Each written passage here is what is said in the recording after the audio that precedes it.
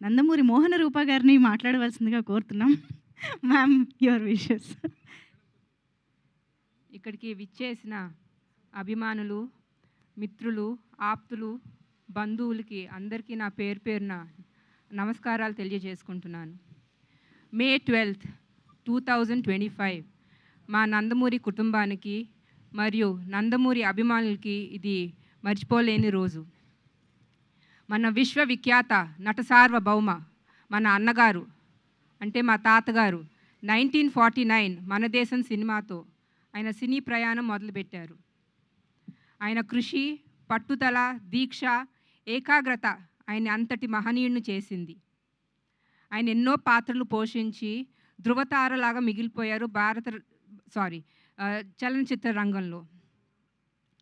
ఆయన మొదలుపెట్టిన ప్రయాణం తర్వాత రెండో లెగసీ కింద మా పెద్దనాన్నగారు హీరోగా నందమూరి హరికృష్ణ గారు, మా బాబాయ్ నందమూరి బాలకృష్ణ గారు సినిమా ఫోటోగ్రాఫర్గా మా నాన్నగారు నందమూరి మోహనకృష్ణ గారు ముందుకు తీసుకెళ్తాం జరిగింది. అట్లాగే మూడో తరంలో నుంచి వాళ్ళ మనవాళ్ళు కూడా లెగసీని ముందుకు తీసుకెళ్తున్నారు. ఇవాళ 4వ తరంలో నుంచి అంటే నందమూరి తారక రామారావు బసవరామ తారకం గారి ముని మనవడు, పెద్ద ముని మనవడు, నందమూరి హరికృష్ణ గారు లక్ష్మీ కుమారి గారి పెద్ద మనవడు, మా అన్నయ్య పెద్దన్నయ్య జానకిరామ్ నందమూరి జానకిరామ్ ప్రభాదీప గారి పెద్ద కొడుకు ఇవాళ భారత చలనచిత్రకి పరిచయం అయ్యారు. ఆయనే మా నందమూరి తారక రామారావు. మా తాతగారు ఎప్పుడు స్త్రీ పట్ల చాలా గౌరవం చూపించేవారు.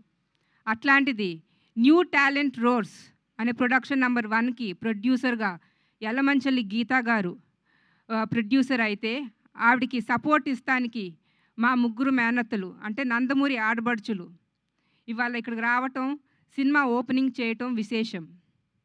అట్లానే మా నాన్నగారు నందమూరి మోహనకృష్ణ గారు ఎన్నో సినిమా ఫోటోగ్రఫీ చేశారు తాతగారికి మరియు మా బాబాయ్ గారికి. చాలా గ్యాప్ తర్వాత ఇవాళ వైవిఎస్ చౌదరి అన్నగారి కోరికపై ఆయన మళ్ళీ ఇవాళ ఆయన మనవడు ఎన్టీఆర్కి ఫస్ట్ ముహూర్తం షాట్ తీశారు. నేను వైవిఎస్ చౌదరి అన్నకి చాలా థ్యాంక్స్ చెప్పుకుంటున్నాను. అట్లానే వైవిఎస్ చౌదరి గారు తాతగారికి వీర అభిమాని కన్నా కూడా భక్తుడని చెప్పచ్చు.